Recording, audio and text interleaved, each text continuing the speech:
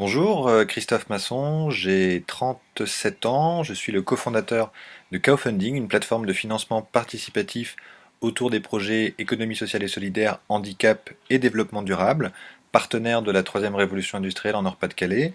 J'ai un parcours classique, je suis diplômé d'une école de commerce, un parcours international, j'ai travaillé en Inde, au Canada, aux États-Unis, en Angleterre. Pour revenir sur l'île, à partir de 2004, où j'ai pris la direction marketing de l'Office du tourisme et des congrès de Lille et me lancer dans l'entrepreneuriat à partir de novembre 2012. Donc ça va faire maintenant 2 ans que je suis sur cette aventure du financement participatif.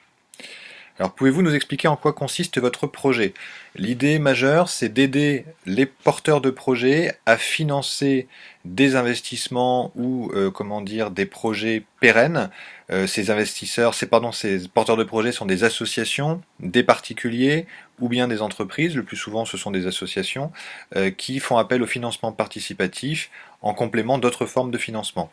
Donc l'idée du projet, c'est de contribuer au financement complémentaire des projets associatifs ou entrepreneuriaux. Alors cette idée, en fait, elle nous est venue à partir de 2007, là où les premières plateformes de financement participatif sont arrivées en France, mais on regardait également ce qui se passait aux États-Unis. Donc l'idée, c'était de devenir acteur, pas simplement être spectateur de ce qui se passait, et de pouvoir contribuer à la révolution, ce qu'on appelle l'économie collaborative. Le crowdfunding est une partie de cette économie collaborative. Il y en a bien d'autres formes comme Uber, Airbnb ou encore le covoiturage avec Blablacar notamment. Et le financement participatif, faire appel au financement par la foule, avait pour nous beaucoup de sens, notamment sur des projets économie sociale et solidaire ou encore handicap et développement durable. Donc on a voulu se lancer à partir de novembre 2012, même si le site est sorti en septembre 2013, ça nous a pris à peu près 9 mois pour lancer notre site d'une manière un peu différente aussi de ce qui était proposé par ailleurs, avec un mode de financement différent et aussi une valeur ajoutée qui est l'accompagnement des porteurs de projets.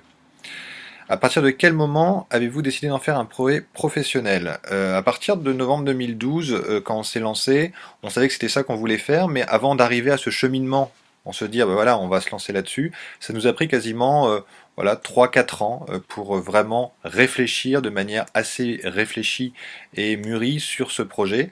On a passé beaucoup de temps, notamment en écoutant des conseils, des accompagnateurs pardon, de porteurs de projets sur la création d'entreprises.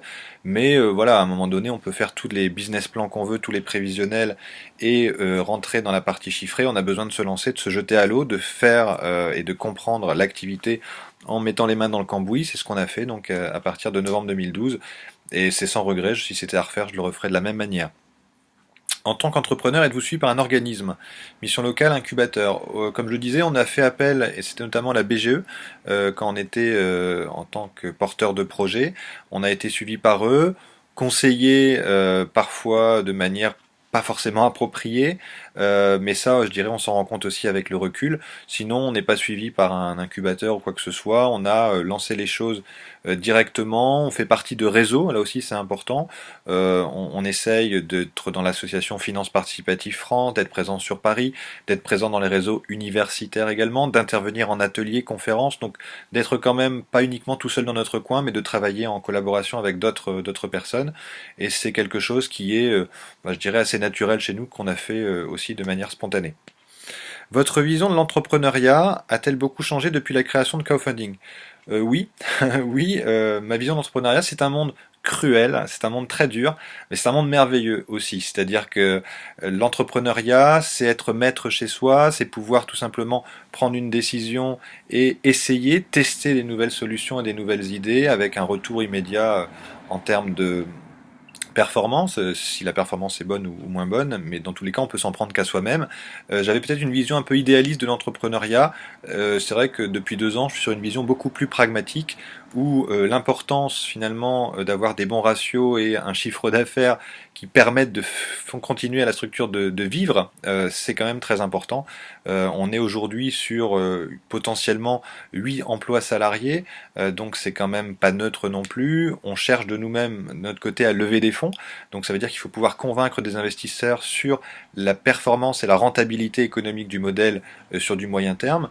Là aussi, on a besoin d'avoir des choses très concrètes, très pragmatiques, sur des beaux tableurs Excel, mais voilà, c'est une vision de l'entrepreneuriat peut-être que j'avais qui était un peu idéaliste, on n'est pas en train de vendre un produit physique, on est sur de la prestation de service, et c'est un marché quand même concurrentiel, donc il faut aussi pouvoir avoir une vraie différence et une vraie valeur ajoutée.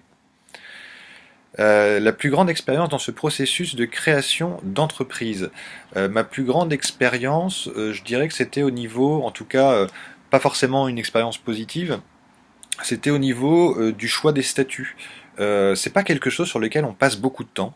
En tout cas, moi, j'y ai pas consacré le temps qui était nécessaire. J'ai regardé comment ça se passait dans le secteur, et ensuite, je dirais que concrètement, j'ai dit, bah tiens, les concurrents font ça, on va prendre le même statut, ça sera plus simple que se poser mille et une questions. Or, on aurait dû vraiment se poser mille et une questions parce que l'incidence fiscale, l'incidence comptable et le fait d'aller pouvoir chercher des nouveaux investisseurs, bah, c'est important de savoir sous quel statut on évolue, que ce soit une SA, une SARL, une SAS, une SCOP, une SIC, dans le milieu de l'économie sociale et solidaire, une association, pourquoi pas, des associations qui brassent des millions d'euros.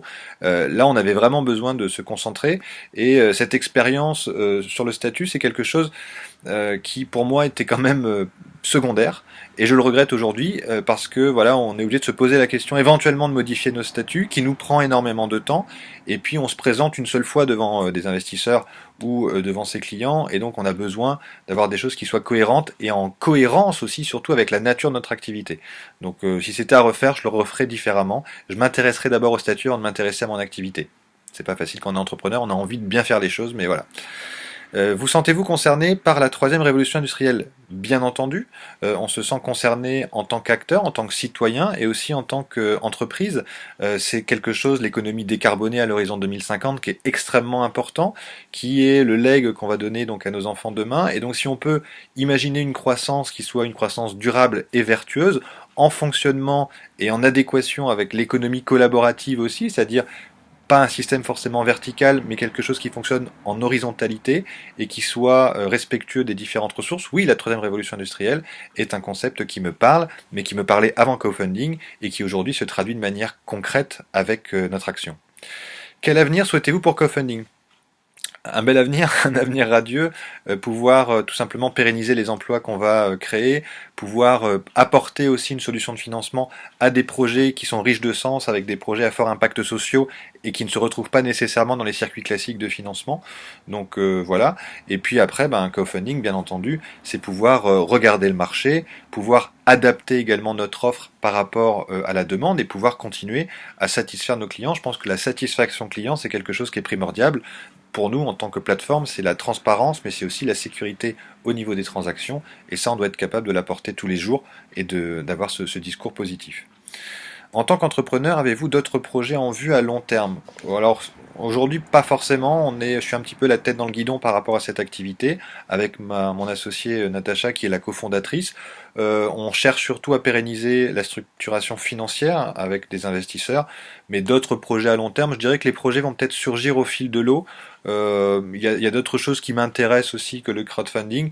Néanmoins, ça serait vraiment sur du long terme. Là, concrètement, sur du court-moyen terme, je suis exclusivement sur ce projet et content d'y être. Voilà, je pense que j'ai fini, donc n'hésitez pas à couper parce que j'ai fait ça en un seul bloc. N'hésitez pas à monter les choses. Merci beaucoup. Au revoir.